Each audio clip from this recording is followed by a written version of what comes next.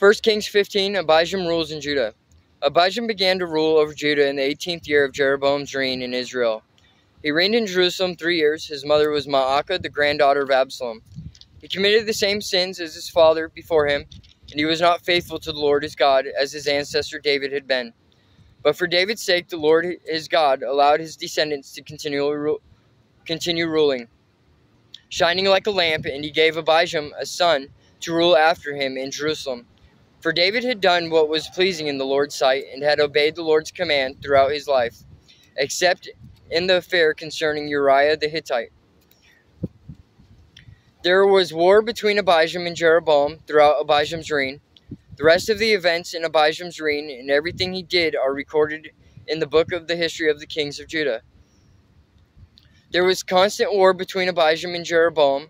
When Abijam died, he was buried in the city of David. Then his son Asa became the next king. Asa rules in Judah. Asa began to rule over Judah in the 20th year of Jeroboam's reign in Israel. He reigned in Jerusalem 41 years. His grandmother was Maacah, the granddaughter of Absalom. Asa did what was pleasing in the Lord's sight, as his ancestors David had done. He banished the male and female shrine prostitutes from the land and got rid of all the idols his ancestors had made. He even deposed his grandmother Maacah from her position as queen mother because she had made an obscene Asherah pole. He cut down her obscene pole and burned it in the Kidron Valley, although the pagan shrines were not removed. Asa's heart remained completely faithful to the Lord throughout his life. He brought into the temple of the Lord the silver and gold and the various items that he and his father had dedicated. There was constant war between King Asa of Judah and King Baasha of Israel. King Baasha of Israel invaded Judah and fortified Ramah in order to prevent anyone from entering or leaving King Asa's territory in Judah. Asa responded by removing all the silver and gold that was left in the treasuries of the temple of the Lord and the royal palace. He sent it with some of his officials to Ben-Hadad, son of Tabrimon, son of Hezion, the king of Aram, who was ruling in Damascus, along with this message: "Let there be a treaty between you and me, like the one between your father and my father. See, I am sending you a gift of silver and gold.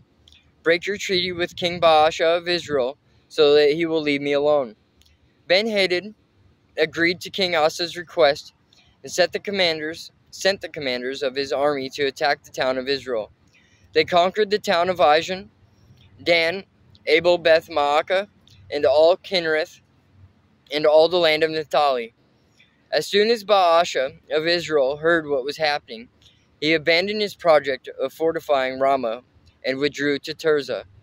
Then King Asa sent an order throughout Judah requiring that everyone without exception help to carry away the building stones and timbers that Baasha had been using to fortify Ramah. Asa used these materials to fortify the town of Geba in Benjamin and the town of Mizpah. The rest of the events in Asa's reign, the extent of his power, everything he did, and the names of the cities he built are recorded in the book of the history of the kings of Judah. In his old age, his feet became diseased. When Asa died, he was buried with his ancestors in the city of David. Then Jehoshaphat, Asa's son, became the next king. Nadab rules in Israel. Nadab, son of Jeroboam, began to rule over Israel in the 2nd year of King Asa's reign in Judah. He reigned in Israel 2 years, but he did what was evil in the Lord's sight, and followed the example of his father, continuing the sins that Jeroboam had led Israel to commit. Then Baasha, son of Ahijah, from the tribe of Issachar, plotted against Nadab and assassinated him while he and the Israelite army were laying siege to the Philistine town of Gibbethon.